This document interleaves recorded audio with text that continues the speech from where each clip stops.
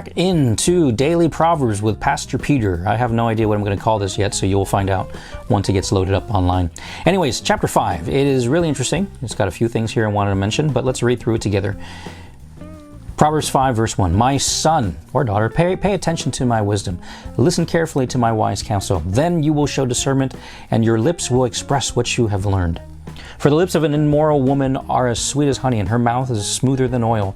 But in the end she is as bitter as a poison, as dangerous as a double-edged sword. Her feet go down to death. Her steps lead straight to the grave, for she cares nothing about the path to life. She staggers down a crooked trail and doesn't realize it. So now, my sons, listen to me. Never stray from what I'm about to say. Stay away from her. Don't go near the door of her house. If you do, you will lose your honor, and you will lose to merciless people all you have achieved. Strangers will consume your wealth, and someone else will enjoy the fruit of your labor. In the end, you will groan in anguish when disease consumes your body. You will say, how I hated discipline. If I had not ignored all the warnings. Oh, why didn't I listen to my teachers? Why didn't I pay attention to my instructors? I have come to the brink of utter ruin, and now I must face public disgrace. Drink water from your own well. Share your love only with your wife. Why spill the water of your springs in the streets, having sex with just anyone? You should reserve it for yourselves, never share it with strangers. Let your wife be a fountain of blessing for you. Rejoice in the wife of your youth. She is a loving deer or graceful doe. Her breasts satisfy you always. May you always be captivated by her love. Why be captivated, my son, by an immoral woman, or fondle the breast of a promiscuous woman? For the Lord sees clearly what a man does. Examine every path he takes. An evil man is held captive by his own sins. They are ropes that catch and hold him. He will die for lack of self-control. He will be lost because of his great foolishness. Yeah, more risque today, I guess. In chapter 5, I guess one of the most important verses in here, there's a few that stick out. Verse 1, my son, pay attention to my wisdom. Listen carefully to my wise counsel. This is, again, listen is the key thing. Pay attention to the wisdom. Listen carefully.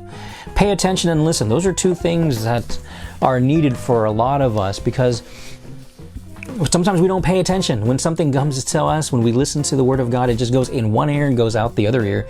We're not paying attention to wisdom. We're not paying attention to what's being said. We're not listening carefully. Now, listening is a skill. It's not something that happens naturally. What happens naturally is us yapping, because we just seem to talk all the time. But we need to listen, to practice listening, to hearing what's being said, to focus on whatever is being said from whoever we need to listen to. Once we listen, that's when we can gather wise intel, wise counsel, and then we could do what is right. Now, what it continues talking about is the immoral woman who destroys us. We see in our world today, the greats are those who come crashing down because of harassment that has happened in their life. Joe Biden has even gone through some of that. Donald Trump, everybody who is good, everybody looks into whether or not they've had bad conduct with the opposite gender. And it comes back to this too, when we continue living in a way where it's not wise, what ends up happening is it's like a rock that we pile up right next to us. And when the time comes when we least expect it, or when we're most public, it comes crashing down on us.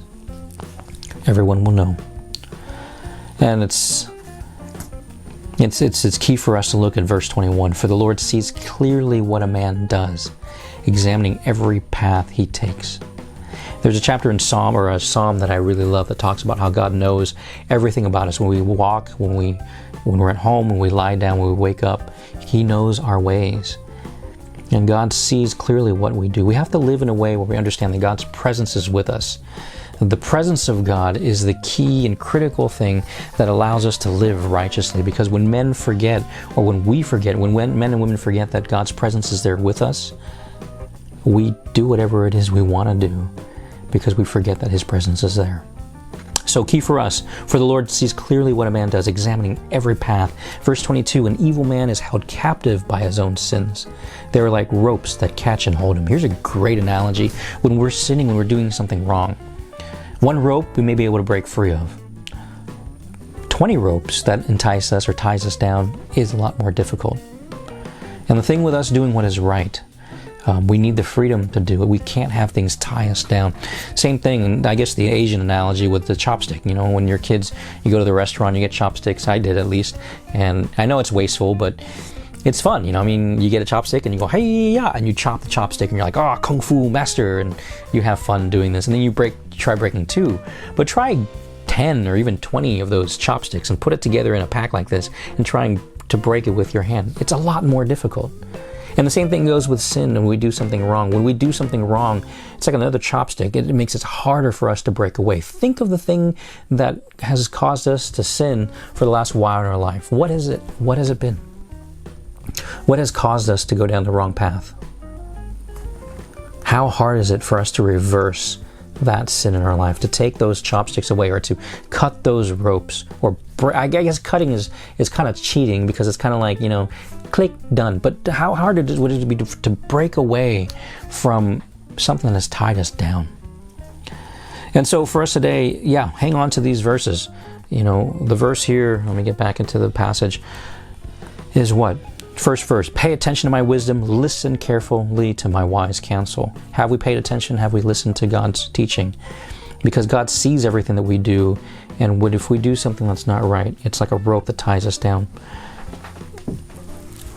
What is it? Verse 23, he will die for lack of self-control. He will be lost because of his great foolishness. So my friends, again, wisdom. Today, reflection. Have I listened and pay attention to the Word of God? Reflect on that.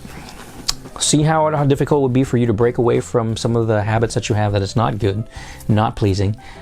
Sin is one way of putting it. It's one of those like Christian-y words that I don't like using so much, because sometimes we don't understand sin besides, oh, I did something wrong. But I like to use the word addiction.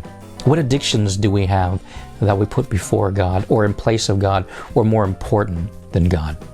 Because those are the things that will cause us to sin. It's so gray, but those are the things that pull us away from God, and that in itself is sinful. All right. Well, today's a little shorter than the other ones. I guess I'll see you on the next one. Bye for now.